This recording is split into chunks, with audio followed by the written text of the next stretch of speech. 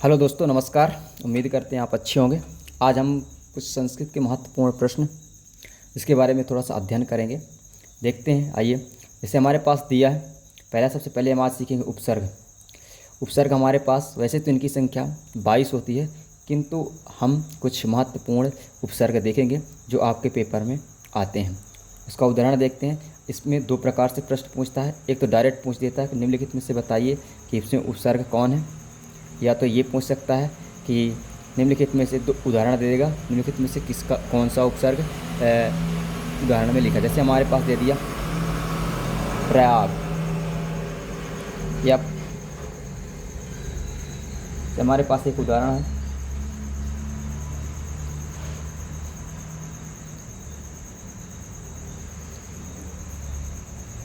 प्रणाम। अब पूछ दिया कि प्रणाम में कौन सा उपसर्ग है, तो प्रणाम में कौन सा उपसर्ग है, प्रा उपसर्ग है। ऐसे बहुत सारे हैं। प्रयाग है, प्रयाग में कौन सा उपसर्ग है, ये पूछ सकता है। दूसरा पूछ सकता है, जैसे अब दूसरा उदाहरण दे दिया, मान लीजिए जैसे दे दिया पराजित।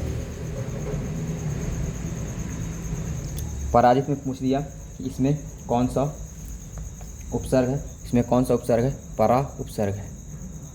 ऐसे बहुत सारे और उदाहरण हैं। पराजय, पराजय में कौन सा उपसर्ग है, परा उपसर्ग है। और इसके बाद आ जाता है जैसे निर्देश दे दिया, निर्देश दे दिया। आपको निर्देश में पहचानना है कि निर्देश में कौन सा उपसर्ग है, तो क्या जाएगा निर। ये आपको कब, ये आप कब पहचान पाएंगे, जब आपको 22 उपसर्ग का नाम क्या रहेगा, याद रहेगा, तब आप ये ऐसे उपसर्ग पहचान पाएंगे कि निम्नलिखित में से कौन सा उपसर्ग लगा हुआ है। ऐसे बहुत सारे हमारे पास उदाहरण हैं जिसको हम जो पेपर में आते हैं। जैसे हमारे पास एक है दुर्व्यवहार या दुरुपयोग, दुरुपयोग है, या दुर्गति है, दुर्गति। ये भी क्या है, इसमें अगर आप याद किए तो इसमें कौन सा हो जाएगा, दुर उपसर्ग हो जाएगा। तो ऐसे अब एक डायरेक्ट क्या पूछ देता है, जैसे आपको 4 ऑप्शन दे देगा। जैसे यहाँ दे दिया प्रा दे दिया, परा दे दिया, और पराजय दे दिया, निर दे दिया, और एक ऑप्शन में दे देता कुछ जो नहीं होता है। तो निम्नलिखित में पूछ देगा निम्नलिखित में कौन सा उपसर्ग नहीं है। तो इस तरह से आप दो प्रकार से प्रश्न उपसर्ग में पूछते हैं। तो आप उम्मीद करते हैं कि आप सबसे पहले आपको क्या करना है कि उपसर्ग 22 उपसर्गों की संख्या याद करनी है, और उससे 2-4 तो क्या बनाना है, शब्दों का प्रयोग करके वो प्रैक्टिस करनी है। बड़े आराम से आप कर ले जाएंगे। इसके बाद आता है अव्यय। अव्यय भी सेम टू सेम आता है उसी तरह से। जैसे निम्नलिखित में 4 ऑप्शन दे देगा। यहाँ दे दिया जैसे अत्र लिख के दे दिया, यदा लिख के दे दिया, सना चना लिख के दे दिया, और एक पूछ रहा कुछ भी लिख दिया, मान लो परा लिख दिया। अब पूछ रहा कि निम्नलिखित में से बताइए कि कौन सा उपसर्ग है, कौन सा अव्यय है। तो आप इसमें से बताइए, ये बता देंगे कि परा क्या है, अव्यय नहीं है। या तो ऐसे पूछ सकते हैं कौन सा अव्यय है, या ऐसे पूछ सकते हैं कौन सा अव्यय नहीं है। दोनों प्रकार से आता है। तो आप अगर ये कुछ महत्वपूर्ण अव्यय हैं, पूरे तो नहीं लिखे हैं, लेकिन जो पेपर में आते हैं, जैसे अत्र आता है, तत्र आता है, अनय सनय सनय आता है, यदा आता है, तदा आता है, सदा आता है, सदैव आता है, और तावत आता है। ये यावत तावत, ये कुछ महत्वपूर्ण हमारे पास अव्यय दिए हुए हैं, जिनको आप इनके या तो उदाहरण में प्रयोग में दिए देता है, तो प्रयोग में पूछ देता है, प्रयोग करके दे देता है, और उसमें पूछ देता है कि बताइए निम्नलिखित में से कौन सा अव्यय है। या तो डायरेक्ट पूछ देता है कि निम्नलिखित में से बताइए कि कौन सा अव्यय नहीं है। तो दो तरीके से। और एक डायरेक्ट क्या दे देता है, वाक्य में प्रयोग करके दे देता है, और वाक्य में प्रयोग करके दे देगा, उसमें बताइएगा निम्नलिखित में से अव्यय कौन है। तो इसमें आप कुछ है महत्वपूर्ण जो हमने लिख दिया है, इनको आप याद कर लीजिए, और इसमें से जब अगर पेपर में आता है तो आप बड़े आराम से कर सकते हैं। इसके बाद हमारे पास प्रत्यय है। इस प्रत्यय को हम देखते हैं। जैसे हमारे पास पहला प्रत्यय दिया कुत्ता, कुत्ता प्रत्यय दिया है। कुत्ता प्रत्यय में अब इसमें क्या दे देता है, दो तरह के से ये भी आता है। एक डायरेक्ट जैसे आपको लिख के दे देगा पठित्वा, क्या लिख के दे दिया, पठित्वा। अब पठित्वा लिख के दे दिया। अब इसमें आपको क्या करना है, पूछ देगा कौन सा प्रत्यय है। 4 ऑप्शन दे दिया, कुत्ता लिख के दे दिया, तुमुल लिख के दे दिया, श्रुत लिख के दे दिया, और एक और कोई लिख के दे दिया। इसमें आपको पहचानना कि कौन सा प्रत्यय है। तो सबसे पहले अगर कुत्ता प्रत्यय है तो इसके लास्ट में त्वा शब्द रहता है। आपको ये पहचान रखना है कि अगर क्त्वा प्रत्यय है तो इसके लास्ट में त्व शब्द रहता है, और अगर त्व शब्द किसी शब्द के लास्ट में है तो कौन सा प्रत्यय हो जाएगा, क्त्वा प्रत्यय हो जाएगा। तो आप बड़े आराम से पहचान सकते हैं। एक दूसरा कैसे दे देता है, ऐसे लिख के दे देता है, पठधन क्त्वा। अब तुमको बहुत सारे दे देगा, पठितुम दे देगा, पठित्वा दे देगा, या पठितवान दे देगा, 4 ऑप्शन दे देगा। इसमें से आपको पहचानना कि पठधन क्त्वा क्या होता है, पठित्वा होता है। ऐसे इसी तरह से गम धन क्त्वा, गत्वा, पाधन क्त्वा, पित्वा होता है। सबसे ज़्यादा इसमें ध्यान रखना कि जैसे ये लिखा है पाधन क्त्वा, बच्चे क्या करते हैं, पाधन क्त्वा को पात्वा लिख लेते हैं, जबकि ऐसा है नहीं। पाधन क्त्वा क्या हो जाता है, पित्वा हो जाता है। इसको आप विशेष ध्यान दीजिए। इसके बाद दूसरा प्रत्यय हमारे पास है तुमुन। तुमुन प्रत्यय दिया। तुमुन प्रत्यय में क्या करना है आपको, इसके अंतिम में इसकी पहचान के किस लास्ट में क्या रहता है, तुम रहता है। अगर लास्ट में तुम है तो ये मान लीजिए कि आप कौन सा प्रत्यय इसमें, तुमुन प्रत्यय है। जैसे हमारे पास दिया पठधन तुमुन, पठ तुम, इसके भी लास्ट में तुम है। हंस धन तुमुन, हंस तुम, इसके भी लास्ट में तुम है। तो ये आप देखिए कि सभी जितने भी वर्ड तुमको तुमिन प्रत्यय से जितने भी बने शब्द मिलेंगे आपको कहाँ मिलेंगे, लास्ट में क्या मिलेगा, तुम मिलेगा। या तो डायरेक्ट ऐसे भी लिख के देता, पठधन तुमुन में कौन सा शब्द बनेगा, पठ तुम बनेगा। हंस धन तुमुन में कौन सा शब्द बनेगा, हंस तुम बनेगा। ये 2 तरीके से ये भी दे सकता है। तीसरा हमारे पास है श्रत। श्रत की पहचान है कि इसके लास्ट में क्या रहता है, अन। अगर अन मिल जाए आपको तो ये मान लीजिए कि कौन सा प्रत्यय है, श्रत प्रत्यय है। जैसे हमारे पास देखो ये पठन, पठधन श्रत पठन, गम धन श्रत गच्छन। ठीक, तो ऐसे हमारे पास श्रत है। श्रत की पहचान के इसके लास्ट में क्या रहता है, अन। अन है तो कौन सा प्रत्यय हो जाएगा, श्रत प्रत्यय हो जाएगा। अब इसके बाद हमारे पास अगला प्रत्यय है सानच प्रत्यय। सानच प्रत्यय ये भी बहुत इंपॉर्टेंट है। ये हमारे पास जितने भी प्रत्यय लिखी हुई हैं, कुछ इंपॉर्टेंट प्रत्यय बहुत सारे होते हैं, लेकिन हमने कुछ इंपॉर्टेंट प्रश्न पेपर के दृष्टि से बनाए हैं, जिसमें आप देख सकते हैं। जैसे हमारे पास सानच प्रत्यय। सानच प्रत्यय की पहचान इससे लाभ में मान रहता है। अगर मान लास्ट में लगा हुआ है तो इसका मतलब है कौन सा प्रत्यय है, सानच प्रत्यय। जैसे हमारे पास दिया है लाभमान, सेवमान, इसके लास्ट में क्या आ रहा, मान शब्द आ रहा, तो इसमें कौन सा प्रत्यय हो जाएगा, सानच प्रत्यय हो जाएगा। जैसे हमारे पास उदाहरण दिया है, और एक तरीके से और आ सकता है, जैसे लव प्लस सानच दे दिया तो क्या हो जाएगा, लाभमान। सेव धन सानच क्या हो जाएगा, सेवमान। तो इस तरह से अगर मान लास्ट में आता है तो कौन सा प्रत्यय हो जाता है, सानच। और एक प्रत्यय क्त्वत। क्त्वत प्रत्यय ये भी बहुत इंपॉर्टेंट है। इसके लास्ट में क्या रहता है, वान शब्द रहता है। क्या रहता है, वान। अगर वान शब्द आता है तो कौन सा प्रत्यय हो जाएगा, क्त्वत प्रत्यय हो जाएगा। जैसे हमारे पास दिया पठितवान, पीतवान, जैसे पीत धन क्त्वत, पीतवान। अब इसमें ये तरीके से भी दे सकता है, पठधन क्त्वत क्या होता है, पठितवान होता है। या पठधन क्त्वत में कौन सा शब्द बनने वाला, तो कौन सा बनने वाला, पठितवान। पी धन क्त्वत में कौन सा बनने वाला, पीतवान। तो इस तरह से दोस्तों ये कुछ प्रत्यय हैं जिससे आप देख सकते हैं। इसके बाद एक प्रत्यय जो महत्वपूर्ण है, टाप प्रत्यय। टाप प्रत्यय इसका काम है कि कोई भी पुरुष है उसको हमको किस में बदल देना, स्त्री में बदल देना। ये टाप प्रत्यय का काम होता है। जैसे हमारे पास पहला उदाहरण दिया, प्रथम धन टाप, क्या हो जाएगा, प्रथमा। दूसरा क्या दिया, बाल धन टाप, बाला।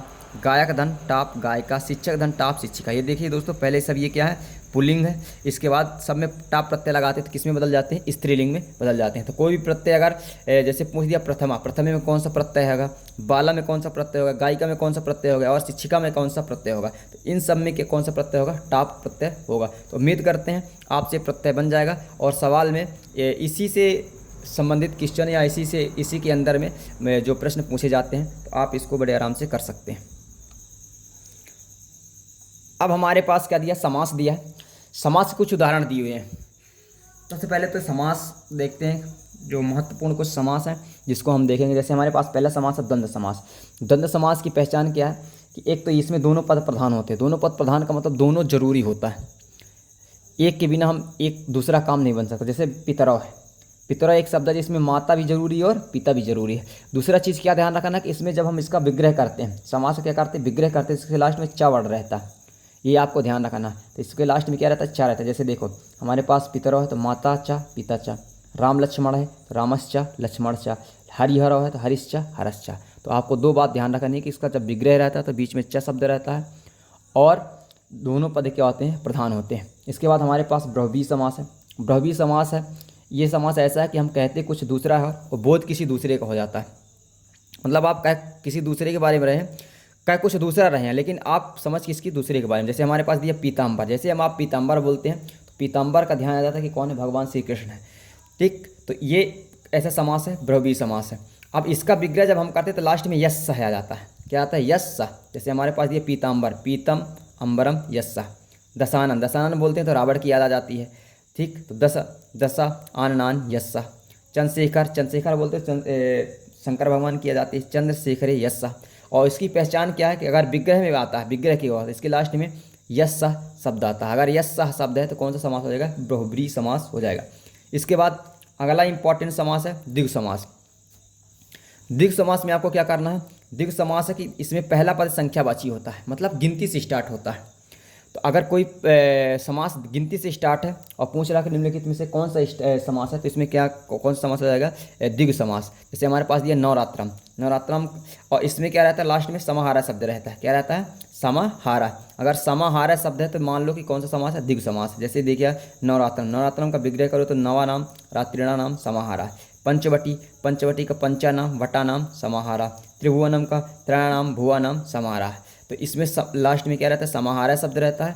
और दूसरा बात क्या है कि इसमें पहला पद क्या होता है? संख्यावाची। मतलब ये प्रारंभ कहाँ से होता है? संख्या से, मतलब गिनती के अक्षरों से प्रारंभ होता है। अगला समास है कर्मधारय समास।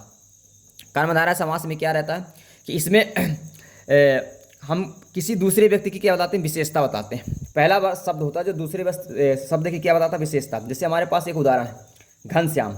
अब ये बता रहा घन यू श्याम, इसका ये बता रहा कि श्याम कैसे थे? घन थे, मतलब सांवले थे। ठीक। जैसे पुरुष, पुरुष कैसा है? महान है। महापुरुष में जैसे दिया महापुरुष, महापुरुष में कैसा? पुरुष कैसा है? महान है। तो दूसरे पुरुष कैसे बता रहा है? इसकी दूसरे शब्द क्या बता रहा? पहला शब्द दूसरे क्या बता रहा? विशेषता बताता है। तो वहाँ कौन सा समास हो जाता है? कर्मधारय समास। जैसे हमारे पास दिया विशाल वृक्ष, वृक्ष कैसा है? विशाल है, बड़ा है। पुरुष फल कैसा है? मधुर है। तो ये पहला शब्द क्या बता रहा? दूसरे शब्द की विशेषता बताता है। तो वहाँ कौन सा समास हो जाता है? कर्मधारय समास। इसके बाद हमारे पास है तत्पुरुष समास। तत्पुरुष समास तो अगर आप उसको डिटेल से पढ़ेंगे तो उसमें आपको कारक, कर्ता और कारक आना चाहिए, लेकिन आपको मैं कुछ इंपॉर्टेंट उदाहरण बता देता हूँ, जैसे दे देता है, इनको आप देख लीजिए और इसमें से डायरेक्ट पूछे थे कौन निम्नलिखित में से कौन सा समास है। जैसे हमारे पास दिया धनहीन, धनहीन तो इसका होता है धानेन हीन। बाण हता तो बाणेन हता। रोग मुक्त रोग से मुक्त। दीन दानम दीनाय दानम। ये 4-5 हम उदाहरण लिख दिए हैं। ये उदाहरण को आप पढ़िए और बड़े आराम से तत्पुरुष समास इसी 4-5 उदाहरण में कोई ना कोई एक जरूर आ जाएगा। तो उम्मीद करते हैं आपसे समास के प्रश्न सभी बन जाएंगे। अब हम क्या करेंगे? संधि के बारे में पढ़ते हैं। संधि, संधि जैसे हमारे पास दिया है तो संधि वैसे मुख्यतः 3 प्रकार की होती है। अब आइए हम देखते हैं। पहला हमारे पास है स्वर संधि। स्वर संधि के कई सारे प्रकार हैं जो आते हैं, बहुत इंपॉर्टेंट है। सबसे पहले हमारे पास दिया दीर्घ संधि। दीर्घ संधि देखते हैं क्या होती है। दीर्घ संधि क्या होती है कि इसकी पहचान है कि अगर बीच में आ, बड़ा आ, बड़ी ई और बड़ा ऊ हो, ये तीनों शब्द मिल जाएं तो कौन सी संधि हो जाती है? दीर्घ संधि हो जाती है। अब दीर्घ संधि जैसे उदाहरण के आधार पर, जैसे मैं बड़ा आ का उदाहरण देता हूँ। जैसे पुस्तकालय, इसके बीच में क्या है? बड़ा आ है तो हो जाएगा पुस्तकालय। हिमालय, हिमालय के बीच में क्या है? बड़ा आ है। और उदाहरण विद्यार्थी, विद्यार्थी के बीच में बड़ा आ है। तो ये जब बीच में बड़ा आ जाए तो इसमें कौन सी संधि होती है? दीर्घ स्वर संधि होती है। अब इसका विग्रह कैसे करते हैं? पुस्तक धन आलय, हिमधन आलय, विद्याधन आर्थी, क्या जाएगा? विद्यार्थी। इसके बाद ई वाला आ जाओ। ई वाले में क्या रहता है? बीच में क्या रहता है? ई रहता है। अगर बीच में ई है तो आपको कौन समझ जाइए कौन सा? दीर्घ स्वर संधि है। जैसे रविंद्र, गिरीश, महीश, ये सब में क्या आ रहा है? बड़ी ई आ रहा है तो इसका समझ जाइए कि ये कौन सा दीर्घ स्वर संधि है। अब इसका जैसे रविंद्र का हो जाएगा रविधन इंद्र, गिरीश का क्या जाएगा? गिरिधन ईश ग्रीस। ठीक। अब इसके बाद आ जाता है ऊ वाला। ऊ वाला में 2 बहुत इंपॉर्टेंट उदाहरण है। जैसे पहला दिया भानुदय, भानुधन उदय, और वधुत्सव, वधुधन उत्सव। ये बहुत इंपॉर्टेंट दोनों उदाहरण है। और दीर्घ स्वर संधि ये 4-5 उदाहरण, इन्हीं में से कोई ना कोई जरूर फंस जाएगा। इनको जरूर देखिए। जो वधुधन उत्सव, वधुत्सव और भानुधन उदय, इसमें दोनों में बड़ा ऊ है, इसमें भी ऊ बड़ा हुआ है, इसमें भी बड़ा हुआ है। तो अब आप ध्यान रखना कि बड़ा आ, बड़ी ई और बड़ा ऊ हो तो कौन सी संधि हो जाती है? दीर्घ स्वर संधि हो जाती है। इसके बाद आता है गुण संधि। गुण संधि में क्या करना है आपको?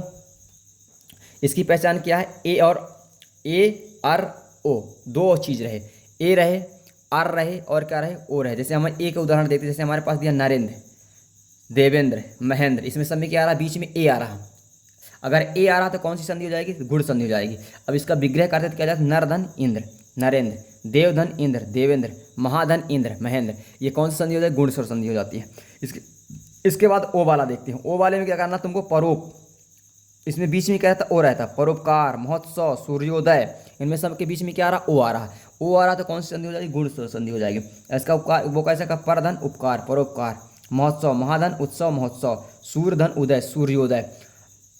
तो ये हो गया ओ वाले उदाहरण। अब देखते हैं आर वाले उदाहरण।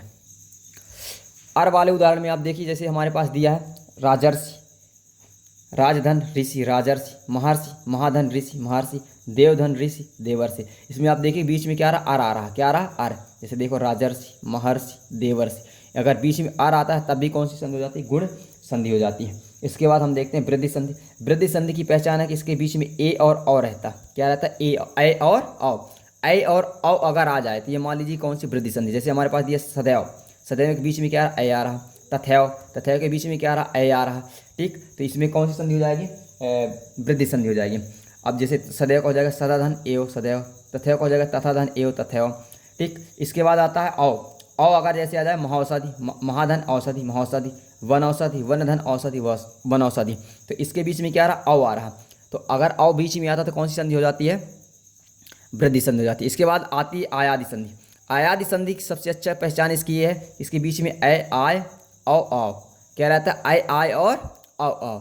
अगर ऐ आय या औ औ आ रहा तो कौन सी संधि हो जाएगी, आयादि संधि हो जाएगी। जैसे उदाहरण है, जैसे हमारे पास दिया नैनम, नैनम में बीच में क्या आ रहा, ऐ आ रहा, आ रहा कि नहीं आ रहा, तो क्या हो जाएगा, कौन सी संधि हो जाएगी, आयादि संधि। इसका विग्रह करेंगे तो नेधन अनम, क्या करेंगे, नेधन अनम। दूसरा क्या है, गायक, गायक इसमें देखो बड़ा आ रहा, गायक आय आ रहा, तो इसमें क्या करेंगे, गय धन अका गायका, क्या हो जाएगा, गय धन अका गायका, इसमें बड़ा आ रहा।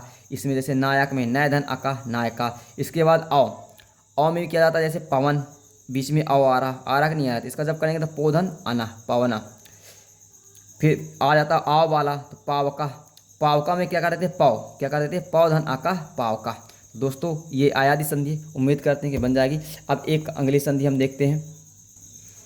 अब हमारे पास व्यंजन संधि दिया। व्यंजन संधि के कुछ हम, उसमें बहुत सारे नियम है, आपको नियम नहीं देखना, कुछ सारे उदाहरण देखना जिसमें आपको ये फंस जाएंगे। जैसे दिया निश्छल, निधन, निषधन, छला निश्छल, उज्ज्वल, उदधन ज्वाला उज्ज्वल, जगदीश, जगत धन ईश जगदीश, दिगंबर, दिगधन अंबर दिगंबर, वगीश, दिग्गज, दिक्पाल, दिग्धन पाल दिक्पाल। ये 4-5 उदाहरण है। इन्हीं उदाहरणों को आप पढ़ के जाइए और इसी उदाहरण से आपको कोई ना कोई फंस जाएगा। इसी तरह से विसर्ग संधि है, विसर्ग संधि भी मैंने 4-5 उदाहरण दे दिया है। इसी उदाहरण को आप पढ़ के जाइए, इसी उदाहरण से कोई ना कोई आपको जरूर फंसाएगा। जैसे हमारे पास दिया है नमस्ते, नमाधनते नमस्ते, निश्चला, निधन चला निश्चल, नमस्कार, नमाधनकार नमस्कार, निष्फल, निधन फल निष्फल, दुष्कर्म, दुधन कर्म दुष्कर्म। तो उम्मीद करते हैं दोस्तों कि जो ये संस्कृत का ग्रामर का कुछ पार्ट है ये आपसे बन जाएगा। तो आप वीडियो को लाइक कीजिए, चैनल को सब्सक्राइब कीजिए। धन्यवाद।